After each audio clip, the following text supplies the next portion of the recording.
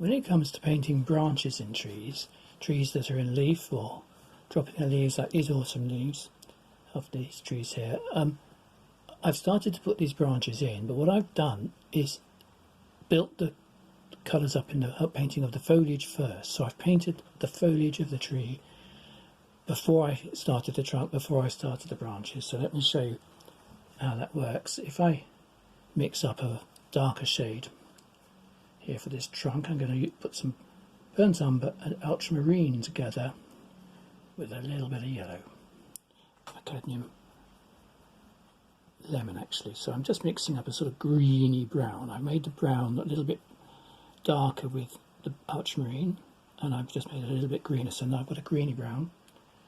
And I'm going to paint the branches through this tree now, but I'm painting them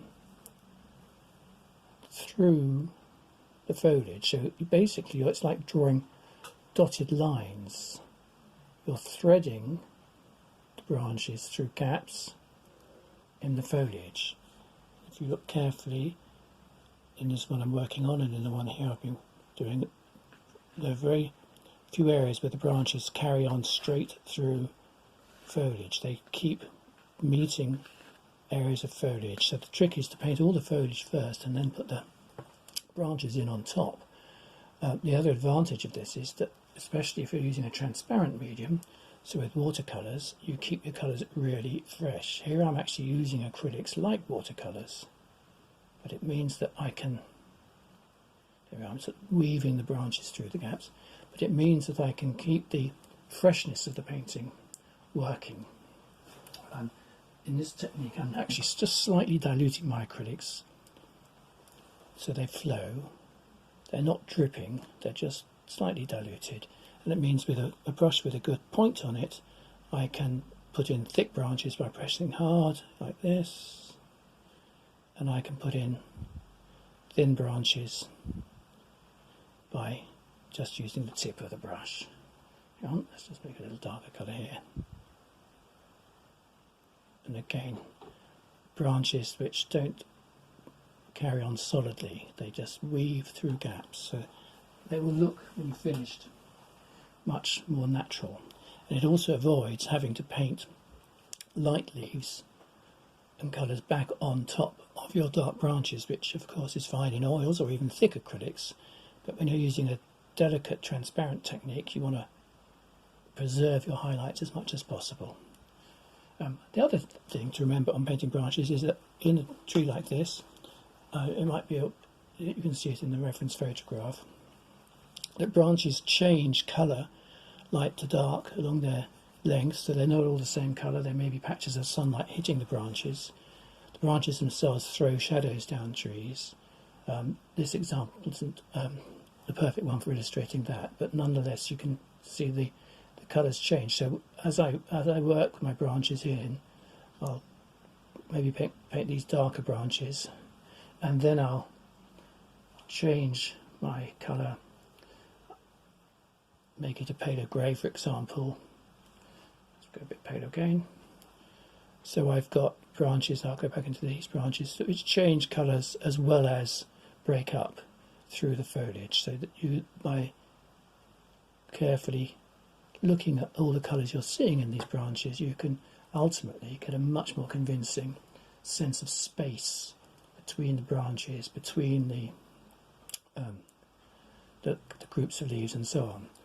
And when it comes to painting trees, one of the general rules is that if you're trying to create this sense of space, you're not thinking of the tree like a child might just paint a sort of round shape of tree, you know, lots of green and then a trunk. What you're looking at is the way that branches weave in and out, like I've been showing, but also branches cross over each other. They don't just keep spreading out. So there's a branch coming up here, I've done it on this painting, which comes right across some other branches. So as I take the branch out of that one, I go across these thinner branches here. One thin branch goes down, another goes up. So it's crossing over branches that are behind, and then there may be more branches coming in front of the one I've just done. So there's no rule as to whether you should work from the ones at the back first or the front first. You can make up these rules, but I think it's much simpler to start with the main structures and finish with the details. So start with the thicker branches, start with those that are really part of the main structure. So I'm filling that in now, and then you can, so I'm thickening up this one, going into the spaces, and then you can go into the smaller branches bit by bit. So it's a bit of a trick, but actually it makes painting trees much more exciting and very much more fulfilling, because they really start to look like they're coming towards you. You've got branches that are going away from you, and ultimately you'll be able to take on all sorts of different types of trees, whether they're complex. Your willow trees are very difficult. Trees which are half in leaf and half not are tricky, but winter trees are fascinating. They all present different challenges. So once you've mastered this technique of understanding how the branches work, then you can take on ever more complex trees. So I'm thickening up this branch, going around where I've left the lights of the leaves in front, tiny bits of dark in between. Again, look at your source. Or if you're working out of doors, look really carefully at what you're seeing. Thank you very much.